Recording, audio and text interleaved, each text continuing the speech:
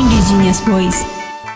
विक्रम सम्वतको नयाँ वर्ष सुरु भएसँगै 70 को दशक पनि हामीबाट बिदा भएको छ। यतिखेर हामी सम्वत 80 को दशकलाई स्वागत गर्दै नवीन कार्यको थालनी गरिरहेका छौं। यसरी नयाँ वर्ष र नयाँ दशकको सुरुवातसँगै विगतलाई पनि समीक्षा गर्नुपर्ने हुन्छ। खास गरेर आदिवासी जनजातिका लागि 70 को दशक त्यति उत्साहको दशक रहेन। यो दशकमा भूमि, भूभाग र भूक्षेत्र भित्रका प्राकृतिक स्रोतहरू माथिको आदिवासी जनजातिको अधिकारको सम्मान र पहुँच स्थापित हुन सकेन। नेपालका आदिवासी जनजातिहरू दशकभरि नै अधिकार स्थापनाका लागि सङ्घर्षरत रहे। अन्तर्राष्ट्रिय कानुनहरूले प्राकृतिक स्रोत र साधनमा आदिवासी जनजातिको अधिकार सुनिश्चित गरेको भए पनि नेपालमा ती अधिकारबाट वञ्चित रहेका छन्। प्राकृतिक स्रोतहरूमध्ये वन र नदीजन्य स्रोतहरूको अत्याधिक दोहन भएको भन्दै नेपालका आदिवासी जनजातिहरू यसको विरोधमा छन्।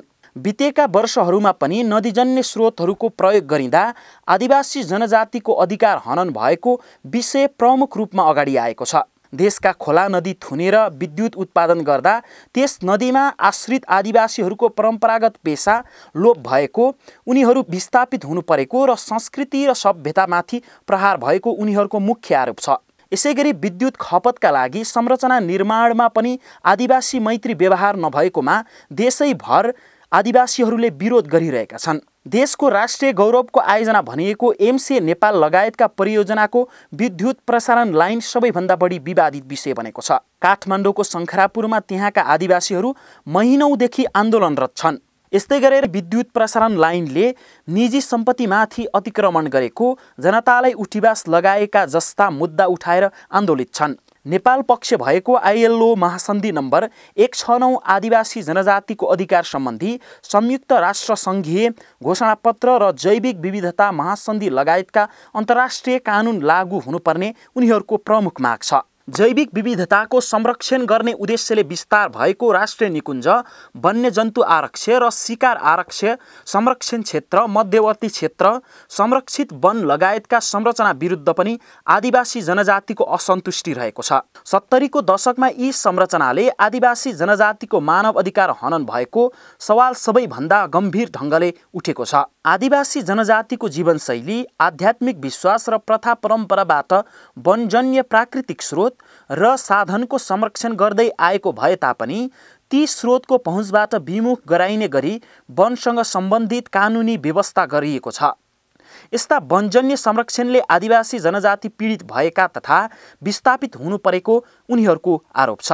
यस प्रकारको निकुञ्जमा प्रवेश गरेका कारण आदिवासीहरू र वन प्रशासन बीच द्वन्द्व हुने गरेको र केही स्थानमा जङ्गली जनावरको आक्रमणमा पर्नु परेको छ। चितवन राष्ट्रिय निकुञ्ज प्रशासनले त एकजना आदिवासी जनजातिको हत्या समेत गरेको छ। आदिवासी जनजातिहरूले सडक विस्तारलाई थप अर्को मुद्दा बनाएका छन्।